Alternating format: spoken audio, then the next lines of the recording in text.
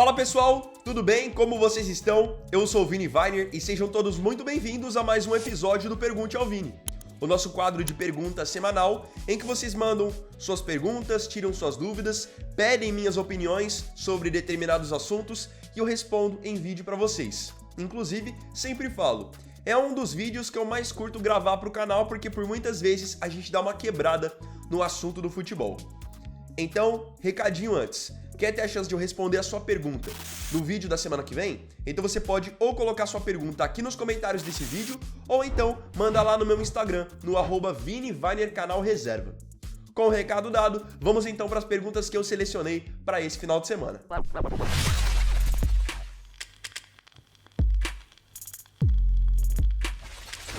A primeira pergunta é do Matheus Cantonari. Salve Vini, sou botafoguense. Você acha que o Igor Jesus vai conseguir ter uma boa performance quando for para a Premier League? Matheus, muito obrigado pela sua pergunta e no meu entendimento sim. Eu tive a oportunidade de ver o Igor Jesus no nível do gramado no ano passado. E eu sempre falo para vocês, quer ver mais sobre a qualidade do jogador, o que ele pode fazer? Então vê um jogo do jogador no estádio ou do nível do gramado. Porque você consegue ter algumas percepções que da televisão você não consegue. Então eu tive a oportunidade de ver um ótimo jogo, inclusive, que o Igor Jesus fez contra o Palmeiras no ano passado. E assim, é um jogador de muita força, ele não é aquele cara que só sabe jogar de costas, ele sabe sair para jogar, abre muito espaço para os companheiros porque ele é muito inteligente. Não é aquele jogador que vai te entregar 25, 30 gols por ano, mas é um cara que vai te ajudar demais no funcionamento do time. Vai pressionar zagueiro, vai dar assistência, vai abrir espaço, é um jogador que tem velocidade. Teve um jogo recente agora do Botafogo, em que o Botafogo estava na Libertadores com um jogador a menos e ele simplesmente colocou o jogo debaixo do braço, abrindo espaço, caindo pelas pontas, então ele é um jogador muito versátil.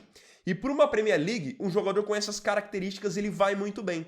Ainda mais que ele não vai jogar em um dos times de ponta, então por muitas vezes ele vai jogar num time que vai estar fechado, vai precisar explorar contra-ataque, ele vai precisar segurar a bola para os companheiros, e aí que eu acho que ele vai se destacar, vai muito bem. Como eu disse, não é um super goleador, um cara que vai fazer 30 gols no ano, mas pro funcionamento de um time como o Nottingham Forest, eu acho que ele vai muito bem. Próxima pergunta é do Thales da Costa. Acha que o Guardiola irá robotizar o Cherki? Thales, obrigado pela sua pergunta. No caso, você está se referindo ao Ryan Cherki, promessa do futebol francês, que acabou de trocar o Lyon pelo Manchester City. Olha, eu não acho que o Guardiola vai robotizar o Cherki. Eu acho que tem jogadores que não tem como você robotizar. O Cherki, no caso, é um jogador de muita qualidade técnica, muito drible curto, enfim, eu gosto demais de vê-lo jogar. O Manchester City teve um jogador há um tempo com uma característica muito parecida com a do Cherki e eu não vi o Guardiola robotizar esse jogador, que foi o Mahrez, que hoje está na Arábia Saudita. Era um jogador que tinha também esse drible curto, essa qualidade técnica acima da média, então eu não acho que isso vai acontecer não. O Guardiola ele já robotizou alguns jogadores, é verdade, mas no caso do Cherki eu não acredito que isso vá acontecer. Porque se você robotizar o Cherki, ele vai virar um jogador comum. O que ele tem de diferente mesmo é justamente essa qualidade técnica, esse drible curto. Isso faz com que ele seja diferente. Se o Guardiola o robotizar, ele vai virar um jogador comum. Ele não vai ser o Cherki que o City quis contratar. O que eu acho que pode acontecer é, em alguns momentos, o Guardiola tornar o Cherki um jogador mais objetivo. Agora, robotizá-lo eu acho que não vai acontecer porque está muito no DNA do jogo dele, ele tem essa qualidade técnica e esse drible apurado. É um jogador muito, muito habilidoso. Tô ansioso para ver, inclusive, como que ele vai se sair jogando numa Premier League. Agora a pergunta foi feita pelo Ageu Samuel. Boa tarde, Vini Weiner. Notei que o canal não está no prêmio IBEST deste ano. Há algum motivo específico? O trabalho de vocês merece esse destaque. Ageu, primeiramente só posso agradecer pela sua pergunta e também por você entender que o canal merece ter mais destaque. O prêmio IBEST é um prêmio que parece que ele premia os principais influenciadores de determinados segmentos. Eu não vou falar que eu sei com propriedade mais sobre o IBEST porque eu realmente não acompanho nem o IBEST e nem alguma outra premiação. Eu, de fato, eu não ligo para esse tipo de premiação, não estou menosprezando o IBEST, mas é algo que para mim não vai mudar nada. Vocês têm que entender que assim como acontece no futebol e em outras áreas da vida, Diversas premiações que a gente vê pela internet nem sempre ganham os melhores ou quem tem os melhores números. Ganham quem tem mais contatos, quem faz parte de determinadas panelinhas que existem na internet, principalmente no meio do futebol. E eu realmente não ligo para isso. Para mim, o que vale todo dia é o meu trabalho ser reconhecido por vocês, os comentários positivos e os prêmios que eu poderia ganhar por desempenho, eu ganhei. Eles estão aqui. A placa de 100 mil eu ganhei porque eu cheguei a 100 mil. A placa de 1 milhão eu ganhei porque eu cheguei a 1 milhão. Então não foi ninguém que deu esse prêmio para mim porque achou que eu era bom ou porque eu faço parte de alguma coisa. Não, eu ganhei com o meu esforço. E assim, eu sei que por muitas vezes alguns de vocês falam que eu deveria ter mais reconhecimento, mas eu não acho mesmo. Eu tô bem satisfeito com o trabalho que eu tô executando. Só no YouTube, em 2025, a gente já ultrapassou a marca de 130 milhões de visualizações. Teve ano aí que eu fiz 160, teve 2023 que eu fiz 260 milhões. Então assim, eu não preciso de nenhum prêmio para isso. Os números já falam por si só. Sem contar que por muitas vezes eu enxergo essas premiações de internet muito mais como coisas pra, sabe, só massagear o ego de algumas pessoas. Eu não preciso que ninguém me diga que eu sou bom ou que eu preciso de uma placa para dizer que eu sou bom. Não preciso mesmo. Tô bem satisfeito com o trabalho que eu tô executando. Não é à toa que a gente tem diversas parcerias, que vocês acompanham os vídeos, vocês deixam suas curtidas e eu tô cheio de comentários positivos de pessoas que exaltam o meu trabalho. Pra mim isso basta, tá? Basta mesmo. Próxima pergunta agora foi feita pelo Marcelo Lira. Vini, você já pensou em narrar? Você tem uma voz muito bonita. Marcelo, obrigado pela sua pergunta e também pelo elogio. Eu vejo que muitos de vocês falam sobre a minha voz nos comentários e alguns até dizem que a minha voz não tem nada a ver com a minha imagem. Olha, eu nunca pensei em narrar não. O máximo que eu já narrei foram os meus jogos da Master Liga quando eu jogava no Play 2. Mais do que isso, eu não me imagino narrando não. Porque eu acho que se eu fosse participar de alguma transmissão, eu seria muito mais um comentarista do que propriamente um narrador. Mas obrigado pelo elogio. Agora temos um comentário do Davi Bandeira. Boa tarde, Vini. Seus vídeos fazendo análise são tops. Você faz sempre um ótimo trabalho. No caso, o Davi não mandou uma pergunta, ele só quis mandar um elogio. E Davi, muito obrigado pelo carinho, não só da sua parte, mas de muitos outros que acompanham o canal. O canal está atravessando uma fase muito boa e eu vejo que vocês não só elogiam a mim, vocês elogiam o trabalho de uma maneira geral, a pesquisa, o trabalho feito pelos editores, então eu só tenho a agradecer. O canal vive uma ótima fase por conta de vocês, porque se vocês não estão assistindo, por que eu vou estar aqui? Concordam? Então só tenho a agradecer a todos pelo carinho e também pelo respeito. Pergunta agora do Jadson Ribeiro. Vini, Jadson Ribeiro de Pindobaçu, Bahia. Yamal está soberbo demais. Isso pode prejudicá-lo? Jadson, um abraço para você, tá sempre acompanhando a gente lá no Instagram. Muito obrigado. Olha, eu acho que isso não vai prejudicá-lo não. O Yamal é um jogador muito jovem ainda, ele tem só 17 anos. Então é normal que ele tenha alguns momentos em que ele vai se perder um pouco. Isso faz parte. A gente viu momentos em que o Cristiano Ronaldo foi assim, momentos principalmente em que o Neymar foi assim. Isso é coisa de jogador que é muito novo ainda. Então eu vi muita gente falando sobre as atitudes dele depois de ter perdido a Liga das Nações. Por exemplo, cumprimentou o Cristiano Ronaldo virando o rosto. Ele não aplaudiu a seleção de Portugal, foi andando sozinho para o vestiário. Muitos consideraram a atitude como arrogante. Só que o que a gente tem que entender é que ele tem só 17 anos. É um jogador que ele nem deveria estar, de certa forma, no profissional. E ele não só está, como ele é um dos melhores do momento. Então, eu acho que isso faz parte. Ele vai se perder um pouco, vai ter algumas atitudes das quais ele vai se arrepender depois, mas faz parte do jogo. É um jogador que ainda tem uma carreira enorme pela frente e ainda vai amadurecer muito. Então pode ser que daqui 2, 3 anos ele já não tenha mais esse tipo de atitude. É que, querendo ou não, tudo ainda é muito novo para ele. Não dá para cobrar dele uma maturidade ou atitudes de um jogador de 30 anos, sendo que ele não tem nem 18. Agora é a hora do João Vitor Silva, que colocou: qual a sua opinião sobre o início de trabalho do Ancelotti na seleção brasileira? João Vitor, eu vou estar mentindo se eu disser para você que eu vi uma super revolução ou que eu me empolguei com esses confrontos contra Equador e Paraguai. É um começo de trabalho, então tudo ainda está muito cru, muito embrionário.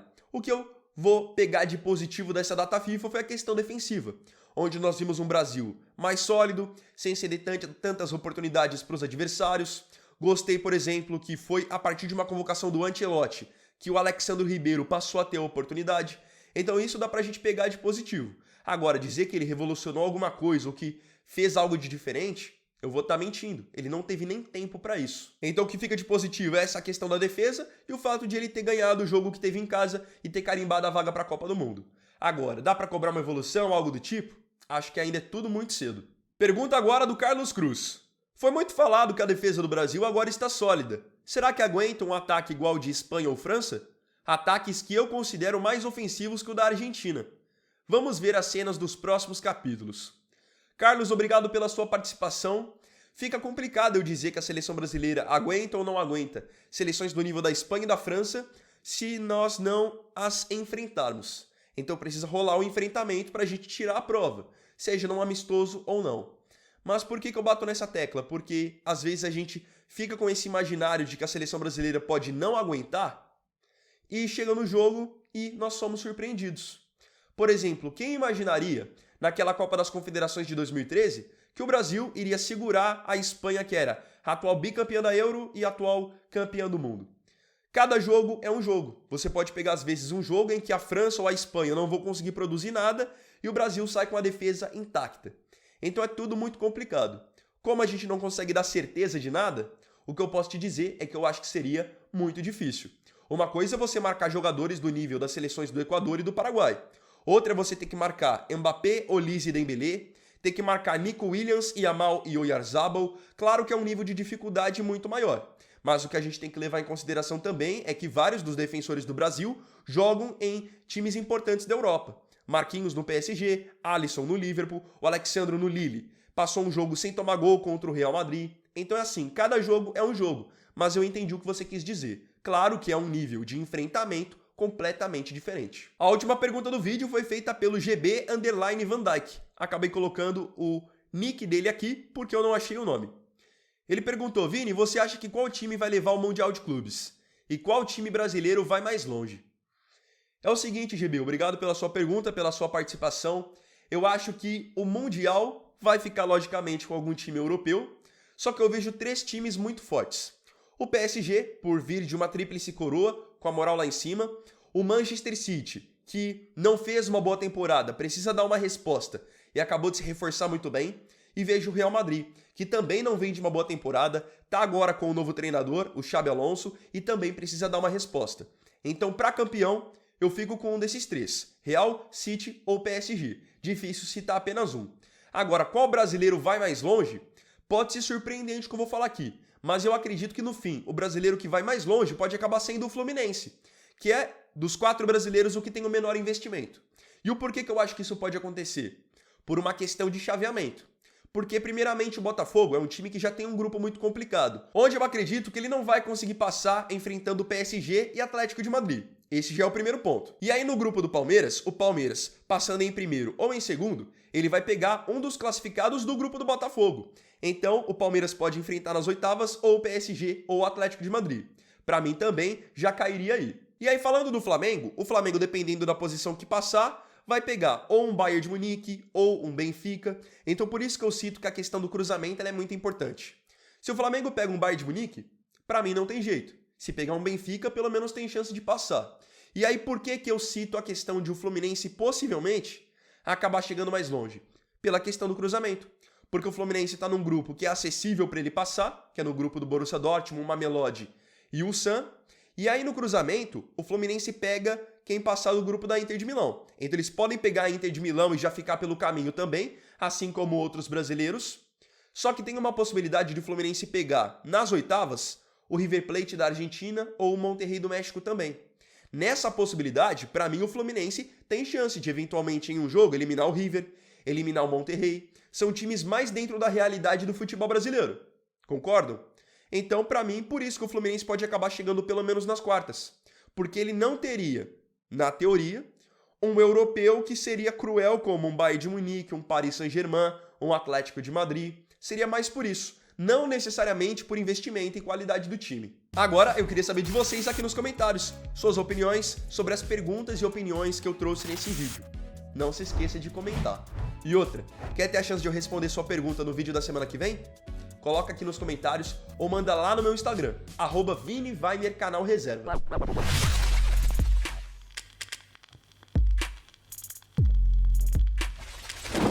tá bom, galera? Esse vídeo aqui foi o vídeo desse sábado. Espero profundamente que você tenha curtido. Se gostou, não esqueça do seu like, de se inscrever, compartilhar e comentar. Então é isso, tamo junto. Amanhã eu tô de volta aqui no canal pra mostrar pra vocês em qual Copa do Mundo o Brasil esteve mais perto do Hexa. Espero que vocês curtam o especial de amanhã. Então é isso, tamo junto. Vini Wagner aqui, valeu, falou e fui!